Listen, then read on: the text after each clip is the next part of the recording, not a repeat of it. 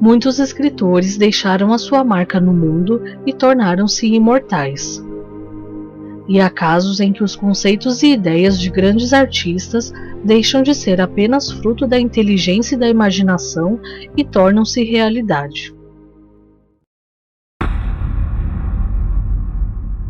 As previsões de Júlio Verne. O escritor francês Júlio Verne nasceu em 1828 e faleceu em 1905 aos 77 anos.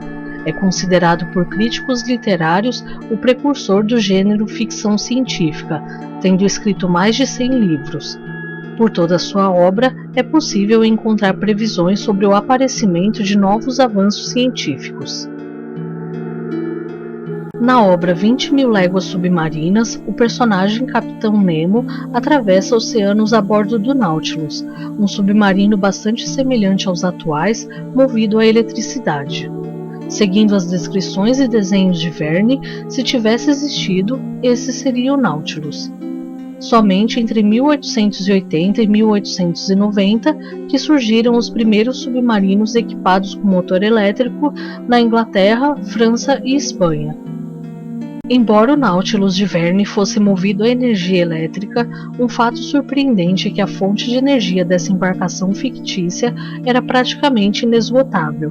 Por isso, muitos a comparam aos navios modernos movidos a energia nuclear.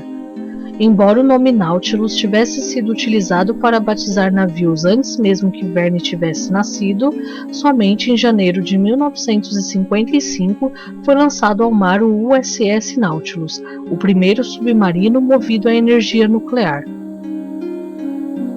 No escafandro autônomo de Júlio Verne, um reservatório de ar fica preso às costas como se fosse uma mochila. Assim, o escafandrista fica livre sem ter de estar ligado a uma bomba que lhe envia ar por um tubo de borracha. Um escafandro autônomo surge pelas mãos do navegador Jacques Cousteau, juntamente com o engenheiro Émile Gagnon, apenas em 1943. A imaginação de Verne não passou só pelos mares. No romance O Capitão Hatteras, o navegante deveria chegar ao Polo Norte e Verne calculou o ponto que o Capitão Hatteras conseguiu alcançar, não muito diferente da latitude que em 1909 chegaria o explorador norte-americano Robert Edwin Peary. Quando o escritor francês pensou no espaço aéreo, criou o Albatross, um protótipo de um veículo voador mais pesado que o ar na sua obra Robur o Conquistador, frequentemente comparado com aviões e helicópteros. O avião surge depois que Santos Dumont, no dia 23 de outubro de 1906, fez o primeiro voo oficial com 14 bis, ou em 1903, quando os irmãos Wright levantaram o Wright Flyer do solo. Já o primeiro voo bem-sucedido e registrado de um helicóptero ocorreu em 1907, realizado por Paul Cornu, na França. Uma das previsões de Júlio Verne mais comentada e que mais surpreende é a da viagem à Lua em seu livro Da Terra à Lua e, na sequência, Viagem ao Redor da Lua. O módulo lunar imaginado por Verne é lançado por um canhão capaz de dar velocidade ao módulo suficiente para vencer a gravidade.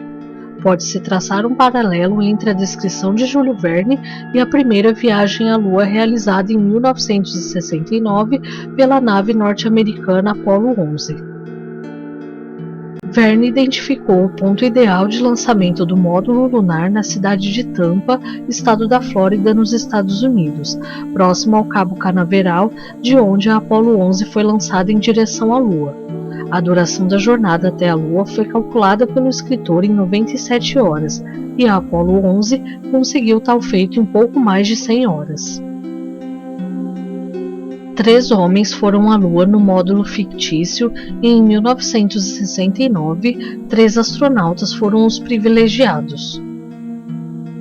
Na ficção e na realidade, a alunissagem se deu no Mar da Tranquilidade. E no regresso à Terra, o pouso do módulo foi no Oceano Pacífico, resgatado por um navio da Marinha Norte-Americana. O módulo de comando da Apollo 11 foi batizado de Columbia em homenagem ao canhão gigante imaginado por Verne, chamado Columbiad. Júlio Verne também teria previsto o lançamento de um satélite artificial, algo que aconteceu somente 78 anos depois de sua história. Na obra Os 500 Milhões da Begum, uma máquina de guerra dispara um projétil que sai da atmosfera terrestre e entra em órbita. Somente em 4 de outubro de 1957, quando a antiga União Soviética deu início à corrida espacial durante a Guerra Fria, entra em órbita o Sputnik, o primeiro satélite artificial da Terra. Mais de 120 anos atrás, o escritor francês imaginou tecnologias comuns e acessíveis nos dias de hoje, embora tenha se enganado no tempo. Na obra A Jornada de um Jornalista Americano em 2889, Verne descreve o que ele chama de fonotelefoto, um sistema de comunicação interpessoal à distância que transmitiria as imagens por espelhos conectados por fios.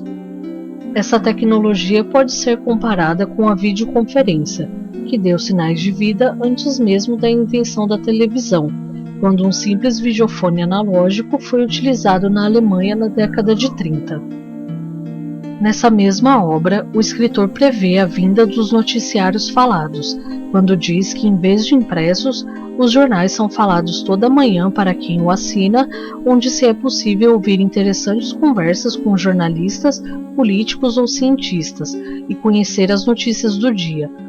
Os noticiários, seja no rádio ou na televisão, não surgem antes da chegada do século XX. No romance A Ilha de Hélice, Júlio Verne faz alusão ao uso de corrente elétrica para a transmissão de dados e informações, vozes e imagens. E na obra Paris no século XX, Verne descreve algo como um telégrafo que compõe uma rede global de comunicação. Muitos acreditam que essa ideia seria algo semelhante ao que é a internet nos dias de hoje. Em suas obras, Júlio Verne também se ocupou de idealizar tecnologias bélicas e talvez tenha previsto que um ditador sanguinário estava por vir. Em 20.000 Léguas Submarinas, Verne descreve uma arma que lança projéteis carregados com eletricidade estática que teria um funcionamento muito semelhante das atuais tasers, uma arma capaz de paralisar um homem com sua descarga elétrica. No romance A Casa a Vapor, Júlio Verne descreveu que alguns autores comparam ao tanque de guerra que surgiu no início do século XX. Ele diz que era uma espécie de comboio conduzindo um enorme elefante de aço à prova de bala, sob 4 rodas de grande solidez e com lagartas para poder mover-se em qualquer tipo de terreno. Uma terrível arma criada por um sábio enlouquecido que consiste num dispositivo com autopropulsão carregado de substâncias explosivas que não se inflamam ao se chocar com um alvo e possui a capacidade de destruir tudo que estiver a 10.000 metros quadrados do ponto de impacto. Muitos acreditam que essa seria uma descrição de Verne da bomba atômica em seu romance Em Frente da Bandeira, que só foi desenvolvida em 1945 durante a Segunda Guerra Mundial pelos Estados Unidos. Uma previsão polêmica e bastante discutida surge na obra Os 500 Milhões da Begum, onde Verne cria o personagem Herr Schutzer, defendido por muitos pesquisadores como sendo uma previsão de que estaria por vir um dos maiores vilões de todos os tempos do mundo real, Adolf Hitler. Há aqueles que sustentam que Verne teria previsto não só a sua ascensão, mas seu declínio e morte.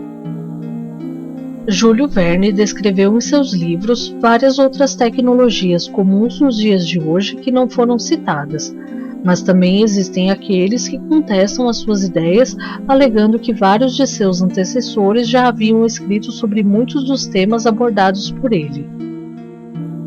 No entanto, Júlio Verne sempre esteve muito ligado ao desenvolvimento da ciência e, unindo seu conhecimento ao seu talento como escritor e à sua imaginação, tornou-se um dos maiores escritores desse mundo em que tanto sonhou conquistar na sua literatura. Profeta, visionário, futurista, gênio. Vários títulos podem ser atribuídos a Júlio Verne, e talvez as suas previsões possam ser resumidas em uma frase de sua autoria. Tudo que uma pessoa pode imaginar, outros poderão realizar.